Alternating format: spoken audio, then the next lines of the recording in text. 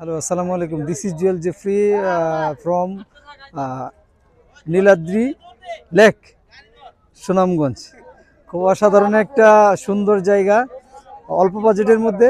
হ্যাঁ, তাই মানে খুবই অল্প বাজেটের মধ্যে যদি পাহাড়ের সিনিক বিউটি পাশাপাশি না, আমরা না ব্লগার না, পাশাপাশি হচ্ছে আমাদের যদি মানে নদীর একটা মানে থ্রিল নিতে চান, তাহলে এই জায়গাটা খুব অল্প বাজেটের মধ্যে খুব সুন্দর একটা জায়গা।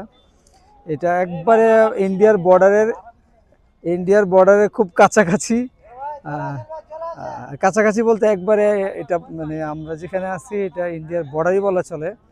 জাস্ট একটু উপরে হচ্ছে আমাদের সীমানার যে বাউন্ডারি রয়েছে। তো এখানে আসলেই মানে বিজিবি থেকে নিষেধ। তারপরেও বিকালবেলা হয়তো বা যারা আসে তারা অনেক ছবি টবি তোলেন।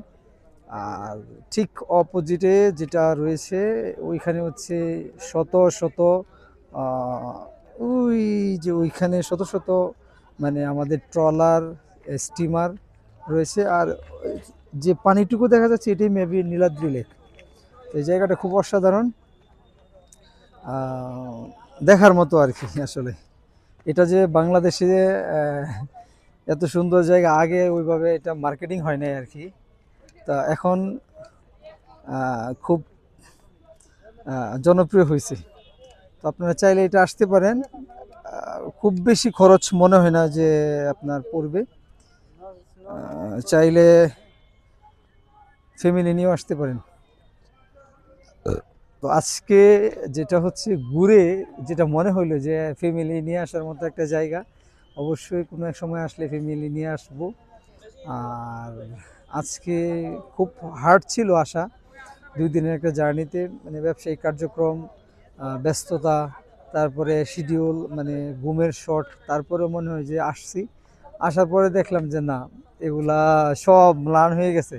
মানে 3-4 দিনের ঘুমের গ্যাপ, তারপরও ঘুম চোখে আসতেছে না, কারণ যে সিনারি এবং যে ভিউ খুবই মানে থ্রিল মানে ক্রিয়েট করার মতো। তো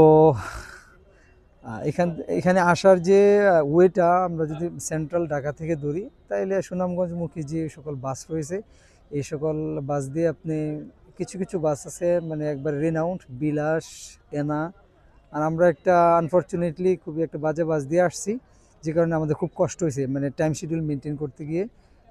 আমাদের যে বোর্ড ছিল ওনারা আমাদের জন্য অনেকজনকে মানে বোট ছাড়তে একটু লেট করাইছেন। তো আপনারা যখন আসবেন অবশ্যই ভালো বাস দিয়ে আসবেন। এখানে আসার মতো যে বোটের যে আবার একটা দূরত্ব প্রায় নিয়ার অ্যাবাউট 25 কিলোমিটার, এটা আবার সিএনজি বা মানে হুন্ডা দিয়ে আসতে পারবেন আর কি। ফ্যামিলি নিয়ে আসলে অবশ্যই নিঃসন্দেহে সিএনজি অথবা লেগুনা রয়েছে, আবার ডিরেক্ট বাসও এখানে দেখলাম আসে, তবে খুব অল্প। আর হচ্ছে ফ্রেন্ড সার্কেল মিলিয়ে আসলে মানে সুনামগঞ্জের পর থেকে আপনি চাইলে হুন্ডা দিয়ে আসতে পারেন। ঠিক আছে না? অবশ্যই ঠিক আছে, আমার উস্তাদ বলছে যে ঠিক আছে। তো পরিবার নিয়ে আসেন। আসলে জীবনে কোয়ালিটি সময় যেটা ব্যয় করা হয় মানে এটাই একান্ত নিজের জন্য এবং পরিবারের জন্য, আর বাকি সব ব্যস্ততা। তো এই ব্যস্ততার মাঝখানে এই সময়টুকু বের করাটা মানে মনে হয় যেন খুবই দরকার আর কি। তাই এই যে এখানে আসছি, যে স্মৃতিটা নিয়ে গেলাম, এই স্মৃতিটা কিন্তু একটা এনার্জি দিবে যে না, বাংলাদেশের একটা অসাধারণ অস্থির জায়গা আছে যেটা খুব অল্প বাজেটে নিজেকে এন্টারটেন করা, পরিবারকে এন্টারটেন করার জন্য খুব খুব সহজলভ্য একটা source of entertainment, source of refreshment. তো ভালো থাকেন। আর হচ্ছে যদি ভালো লাগে ওভারঅল তথ্যটুকু, তাহলে কারোর সাথে শেয়ার করতে পারেন আপনার কাছের জনের কাছে। হয়তোবা এটার মাধ্যমে তারাও সস্তায় অল্প বাজেটের মধ্যে ঘোরার একটা প্লেস পাবে।